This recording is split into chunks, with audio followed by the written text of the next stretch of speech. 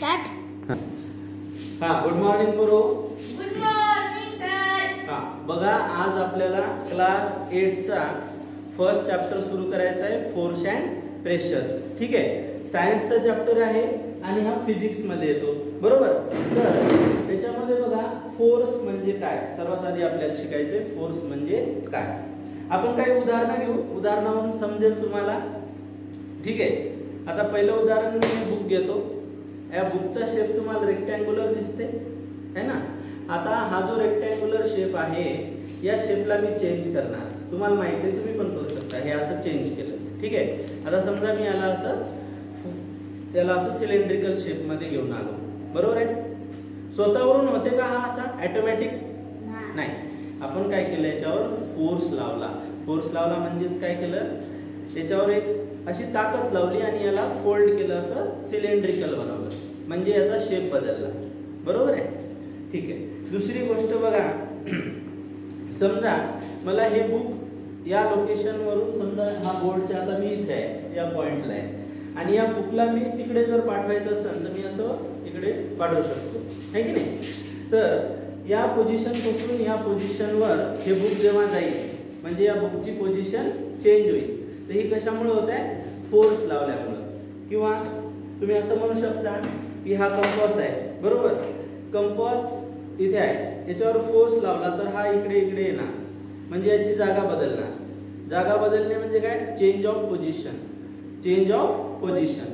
Position change कशामुळे झाली? कारण मी त्याच्यावर फोर्स लावला, बरोबर आहे.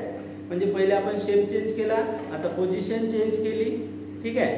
त्याच्यानंतर समजा फुटबॉल ग्राउंड मध्ये आहो आपण, आणि फुटबॉल रोलिंग करत आहे, तुम्ही त्याच्यावर किक मारली, फुटबॉल पळेल, बरोबर आहे. फुटबॉल स्पीड मध्ये येईल, असा रोल होईल ग्राउंडवर.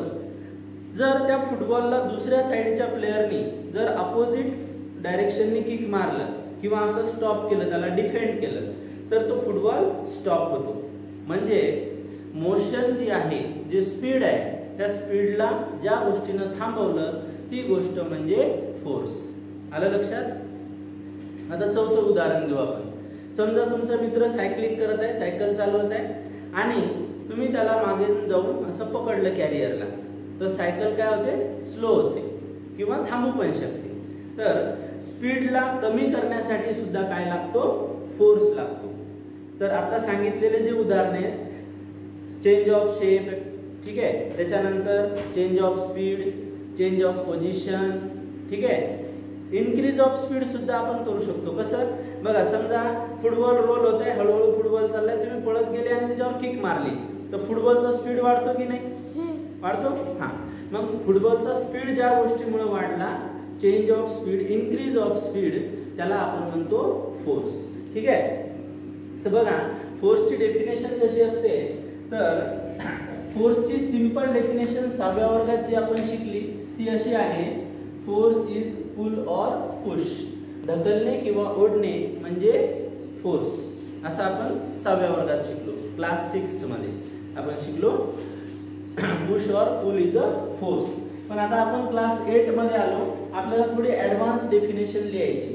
डेफिनेशन काय म्हणते बघा: an external agent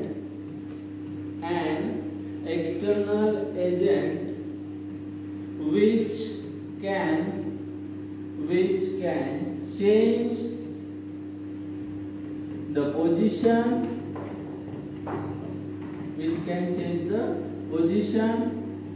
speed, shape and size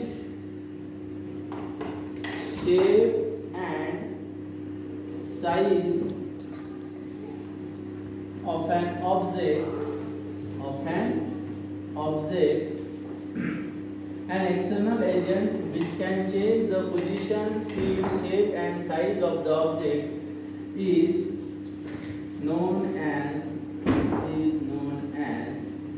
force. ठीक आहे. ही फोर्सची क्लास 8 ची डेफिनेशन आहे, बरोबर. बघा, आता फोर्सची दुसरी गोष्ट आपल्याला काय लक्षात घ्यायची, तर फोर्सचं युनिट काय आहे ना. फोर्स कशामध्ये मोजतात, तर SI unit of force SI unit of force is Newton. SI unit of force is Newton आणि याला डिनोट करतात कॅपिटल N ने. ठीक आहे, कॅपिटल N ने डिनोट होते फोर्स. त्याच्यानंतर बघा दोन प्रकारची युनिट असतात, एक SI युनिट असते आणि एक CGS युनिट असते. SI म्हणजे स्टँडर्ड इंटरनॅशनल. ठीक आहे, स्टँडर्ड युनिट पूर्ण युनिवर्स मध्ये ऍक्सेप्टेबल युनिट त्याला म्हणतात SI युनिट. तर SI युनिट आहे न्यूटन, कारण सर आयझॅक न्यूटन नावाचे एक सायंटिस्ट होते, त्या सायंटिस्टच्या नावावरून हे युनिट आलेलं आहे न्यूटन. दुसरं युनिट असते CGS unit. CGS unit, CGS unit of force बघा इज डायन. DYNE डायन म्हणतात याला, पण मी एक मनोरंजनात्मक म्हणून डायन म्हणतो, है की नाही. ऍक्च्युली डायन नाही येते, डाईन आहे, डाईन. ओके, आता लक्षात घ्या SI युनिट जे आहे ते न्यूटन आहे, CGS युनिट आहे डायन आहे. CGS म्हणजे काय तर सेंटीमीटर ग्राम सेकंद, म्हणजे लेंथ सेंटीमीटर मध्ये, मास ग्राम मध्ये आणि टाइम सेकंद मध्ये, याला म्हणतात CGS युनिट. ते आपण वेगळं पुढे शिकू युनिट